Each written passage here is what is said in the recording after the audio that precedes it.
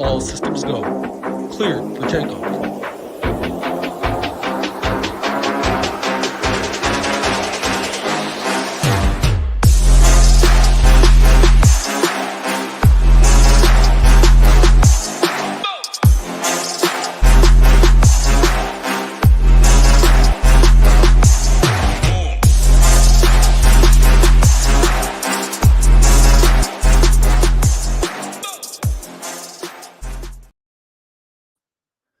What is up, everybody? Big Marley 3 from SHIPIT Nation here to break down the Week 9 NFL Afternoon Slate for you guys.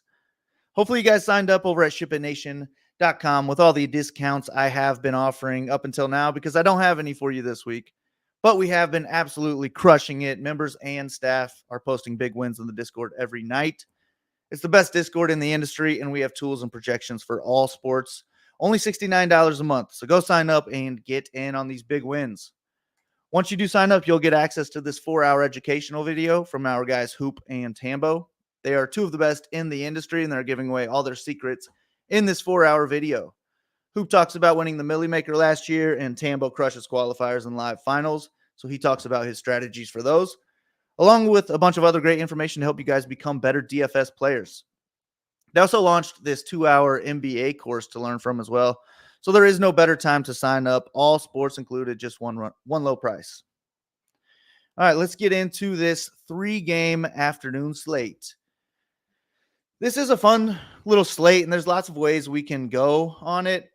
Our first game is going to be the Colts versus the Panthers, and the Colts are 2.5-point road favorites. This game has a 43.5-point total. But Colts games this season have averaged over 54 points per game. And these last 3 weeks, they have averaged over 66. So I do like targeting this one.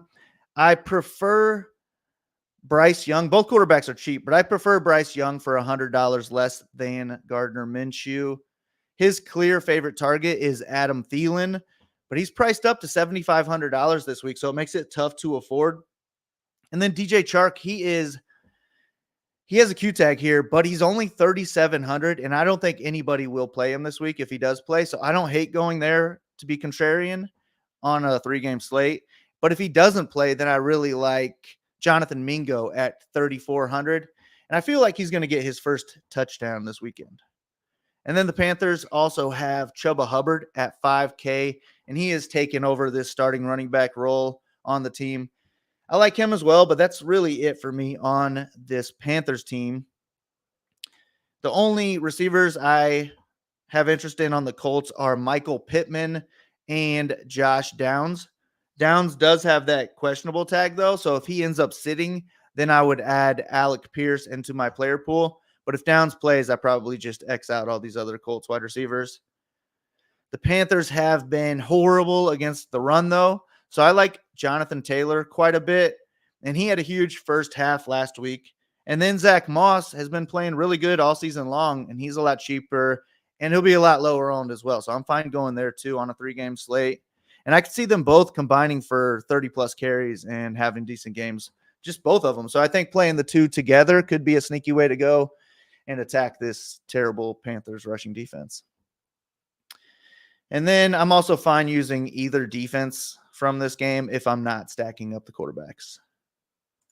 The next game is the Giants versus the Raiders. We have a 37.5-point total, and the Raiders are 1-point home favorites.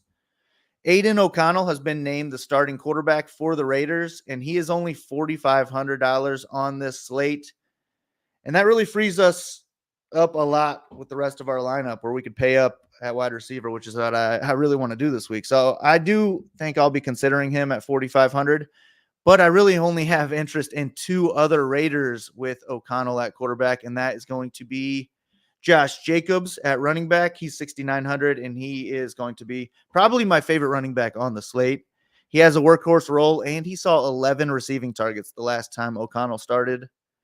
And then the other guy for me will be Devontae Adams, and he had 13 targets in the last O'Connell start.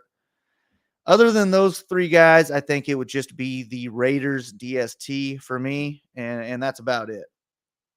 Over on the Giants side, we have Daniel Jones back at quarterback, and all of his pass catchers are $3,500 or less, including tight end. So there are lots of ways we can go with the Giants. They will all be sneaky and they help us save money. But I don't know if I'm going to be doing that personally. I really don't want too much exposure to this Giants team.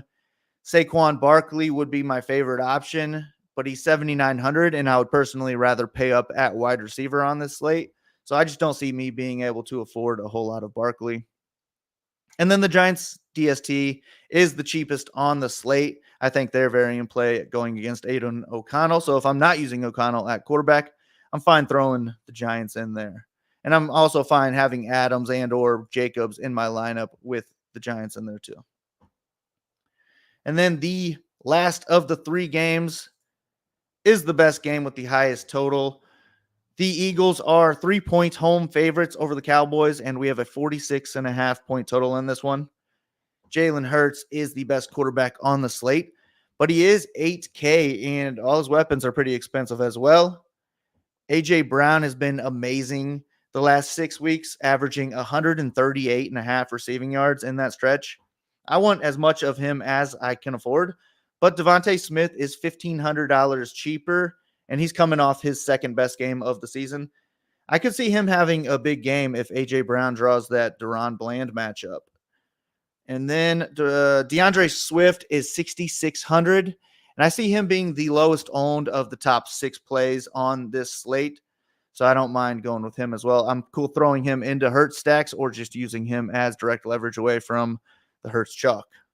And then Dallas Goedert is my favorite tight end play at 4,800. I could see him being my highest owned player on this slate, and maybe even a lock button play for me, to be honest with you, because I'm really only playing the tight ends from this game. I don't see me going to any of these cheap options. I'll probably try and find a cheap wide receiver, cheap defense, something like that to help me pay up at wide receiver. And then the Eagles defense, they get crushed by opposing wide receivers every week. So I like stacking up Dak Prescott with any combination of his wide receivers. CeeDee Lamb is my favorite stack partner, and those two combined for 76 DraftKings points last week. I also like Brandon Cooks at 4,400, and then Michael Gallup is super cheap at 3,600. I'm cool with him as well. I do prefer getting my Cowboys exposure through these wide receivers, but I'm fine targeting some Jake Ferguson in my Dak stacks as well. He's only 4K at tight end. And then Tony Pollard hasn't been very good this season. He's also in a tough matchup, but he'll probably be lower owned than he should be on a 3-game slate. So I'm fine going there as well and throwing him into Dak stacks too. But those are the players I will be targeting on this short slate. All of my plays and notes are posted over at SHIPITNation.com. All sports are included for just one low price, so you guys can play more and pay less. I'll be back with a primetime slate breakdown, but if you guys can hit that like and subscribe button for us, it really helps out. Good luck on this afternoon slate. I hope to see some Ship It logos up top. Thanks for listening. Go ship something. We'll see you next time.